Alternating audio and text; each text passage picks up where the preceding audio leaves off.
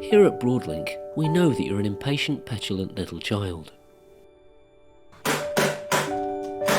Me. That's why we've created Fastcon and Noapp technologies. With Fastcon technology, once one BROADLINK device has been configured, subsequent BROADLINK devices will simply configure themselves. Isn't that completely mental? Thanks to Noapp technology, soon you won't even need an application to connect bulbs and smart sockets to Alexa and Google Home directly. BROADLINK, take your Ritalin and have a lie down. That's not a real advert. BROADLINK have made that technology, they just don't think you're a petulant child. That's me. I think that. I am extremely excited about this because they are literally about to shake... I'm not excited about that. You're gonna have to hoover that up later.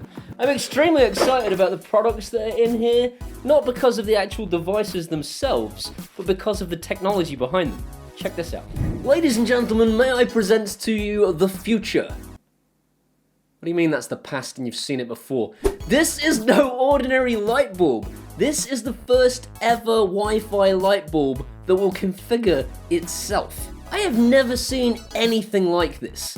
If you configure one of these light bulbs to your network, the next time you buy another one of these light bulbs, it'll just go, oh, hello, I know you, you're my friend, I am also a light bulb. And it will just configure itself with your Wi-Fi details. That's not all this does. This is also a Wi-Fi mesh bulb, the first one I have ever seen that costs anything like this price tag. I have never seen a bulb this cheap that actually extends your Wi-Fi mesh network. If you don't know what that means, it means that you can have your router at one end of your house, a bulb at the absolute opposite end of your house, and as long as there's one of these in the middle, it will extend the signal to the other bulb. Insane. The other massive advantage to mesh Wi-Fi networks is that it takes the load off your router. If you install 10 Wi-Fi light bulbs and 10 Wi-Fi plug sockets and several Wi-Fi cameras, and you keep going like that, each individual device keeps saying to your router, I'm still here, I'm still here, I'm still here, do you need me? I'm still here, I'm still here. I'm not exaggerating, that's what they do. And your router sits there going, shut up, everybody shut up. And eventually, if you're just using the router that your ISP gave you, it'll just give up the ghost. You'll find that everything will slow down, you won't be able to play your online games, all of that stuff starts to fail. This thing sits there talking to your router and acts on behalf of the router for all of the other devices. So your router only has to answer to one light bulb instead of 10. Do you know what the smart home industry loves? Filling your phone with apps. If you don't have at least 600 apps on your phone at any given time, someone in the smart home industry dies. Forgot I'd still got that installed, won't be needing that anymore.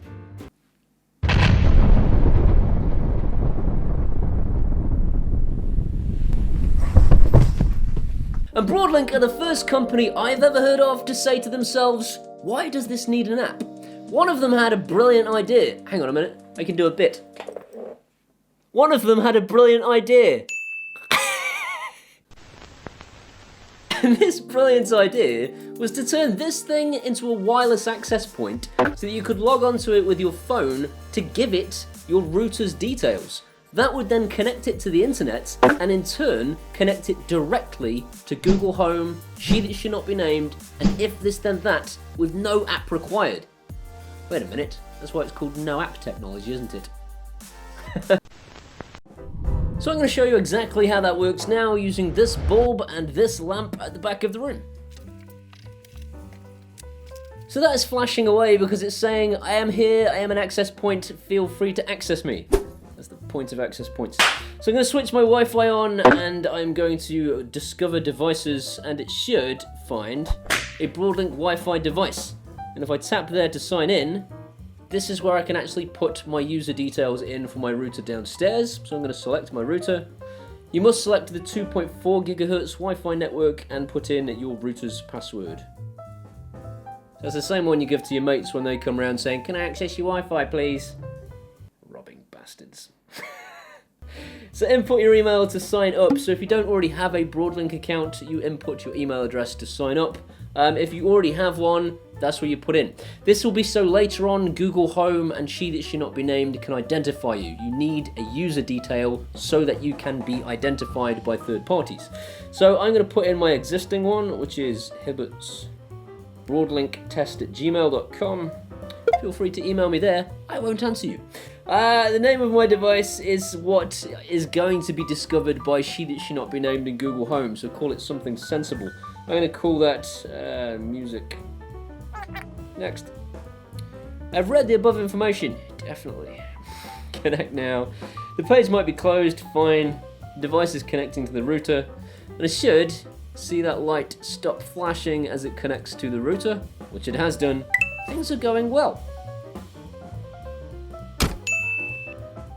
If I now open the She That Should Not Be Named app and go to Skills and Games and search for the Broadlink skill,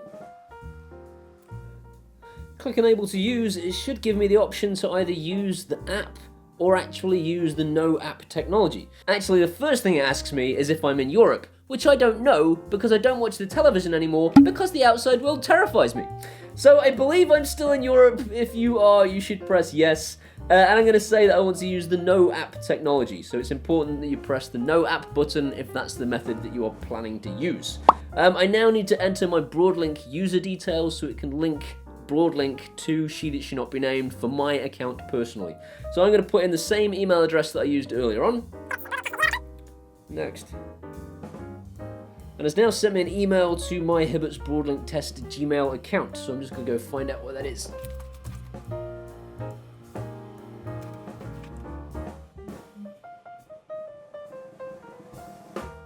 It's been successfully linked, and so fingers crossed it's going to discover devices and find a device called Music Room Lamp. You beauty. This is the future, ladies and gentlemen. Noapp technology. Unbelievable. This is a coloured bulb, of course, as well, so I can set it to purple. Very nice. I can set it to magenta. I do all that stuff, and I should be able to control it with my voice too. To turn Music Room Lamp off. Okay.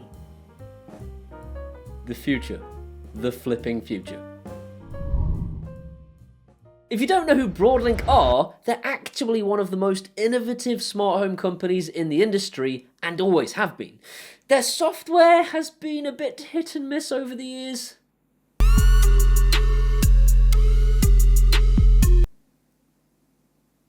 But I think we can put that behind us. I'm hoping we can, because the Broadlink app has improved in leaps and bounds. It's far cleaner, far less buggy, and you can see for yourself that the setup of these things is getting easier and easier all the time. They are involving me these days quite a bit more in their testing, so this plug socket, for example, will also have the Fastcon and Noapp technologies built into it, but it's got some problems at the moment, and so they've held off on the British release until they can sort out the British release so it actually works properly. I think they've got it working elsewhere in the world, so if you're in the US, you can probably buy one of these plug sockets already and have it working. If this video is in the past, and you're a time traveller from the future, you will probably find that plug socket already works in exactly the same way as this bulb. When I say Broadlink have always been one of the most innovative suppliers, I mean it. The BROADLINK RM PRO was one of the first ever devices I recommended because it enabled you to control your TV and your set-top box and your AV equipment, and also really cheap RF plug sockets for a ridiculously low price. This thing is so much more versatile than the Harmony Hub for about half the cost. It has always been the case, and Broadlink are continuing to innovate. I said the other week that I thought that this was identical to the BROADLINK RM PRO. I am being told not. I'm being told it has some of its own surprises, and I'm going to show you those in an upcoming episode once I've discovered them. I want to thank Broadlink for sponsoring this video and sending me these items. Without that, this video would not be a possibility, and they really have shown a commitment to improving their brand. I've always loved the Broadlink lineup, And nowadays I'm starting to actually love their software, and again I'm seeing the innovation that I'm not seeing from other smart home companies. If you're interested in buying any of this stuff, I shall put some links in the description so you can pick some stuff up there. I hope you've enjoyed this video. If you have, please give it a thumbs up. That'll tell YouTube it was a good video and more people should see it. If you want to see some more of this guy, hit that subscribe button and ding that bell. If you ding the bell, it lets YouTube know you want to be notified when I upload videos. These amazing people here are my patrons from Patreon, and I'm hoping if I can get some more of these guys, I can finally quit the day job and do more of these videos. I can't thank these people enough. I love them. Come and be one of those guys at either Patreon or buy me a one-off beer at PayPal, and either way, I'll love you forever. These are my social medias, my Facebooks, my Twitters, and my Instagrams. Come and hang out there, and we can be best friends. See you next time. Paul, this is the other light bulb responding.